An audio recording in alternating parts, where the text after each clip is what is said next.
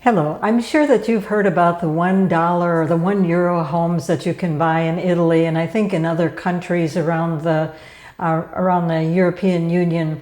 And it can be very exciting, the thought of just owning a place that you can buy for €1 and then fix up and enjoy yourself on holidays or during the summer and in another country.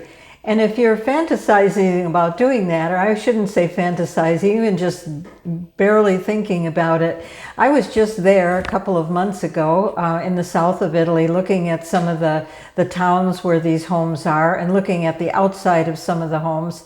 So I have some things that I can share with you firsthand, straight out of the actual geography of Italy itself. So the reality is, yes, the homes are available, and they are available in abandoned towns.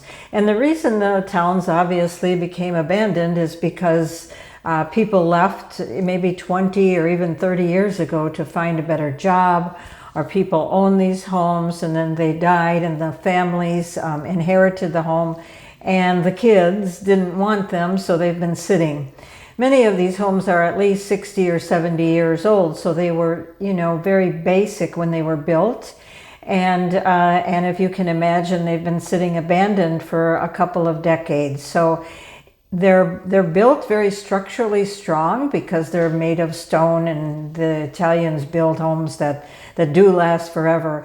But the inside, without any heat or any air going through it for decades and decades, and just being left alone, that does have some damage to it.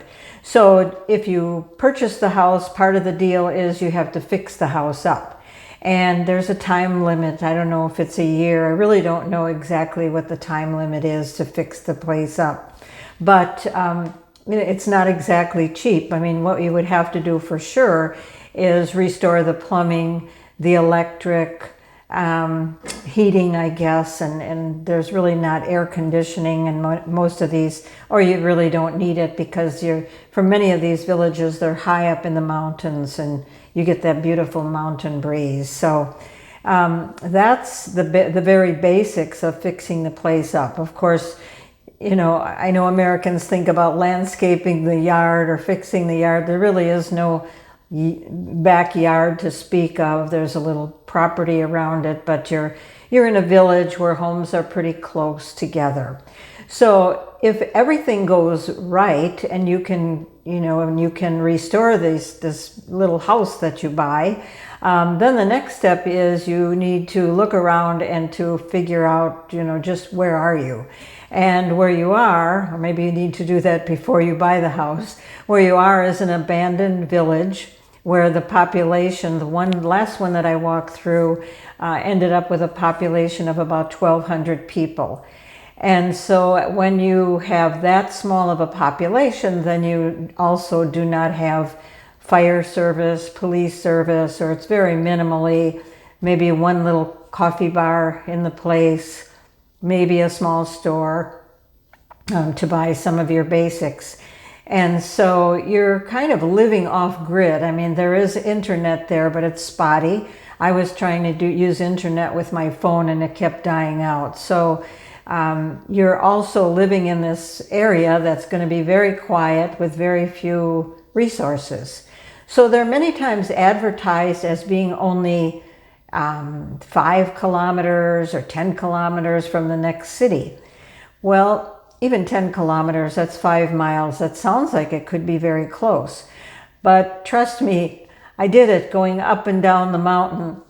I wasn't driving, but to get to these little places and then to go back to the nearest small city, even if it's 5 miles away, took about 50 minutes to an hour. Because once you're up there with the area, it's beautiful, it's mountaintop or it's high, but usually in secluded areas. That's why people have left. And you're driving hairpin turns. You're going up the mountain to go back down the mountain and go up again. And some of the roads are paved. Sometimes you reach a stretch where it's not paved at all. So it's not exactly easy to get to if you think you can hop in the car and go to the next town very easily. If you're not a citizen of Italy, then you can stay 90 days while you're fixing the house up or living in the house. But then after 90 days, you do need to leave and come back again. There are some extended visas that can be acquired, but you have to show that you're staying there for work, or maybe you can get an extended visa if you're renovating a home. I'm not sure about that. So I will put a picture of what the typical town might look like, and on one of the doors that says Vendizi, which means for sale. And I don't mean to be negative about this. There's some very wonderful positive things too. And if you don't mind being in a very quiet area and fixing a place, it's a wonderful opportunity. So I thank all my subscribers for stopping by. Thank you so much. And if you aren't a subscriber, please do so. It would absolutely make my day. Not that it's your job to make my day, but I will continue to send you some good, authentic tips about authentic Italy. Thanks so much.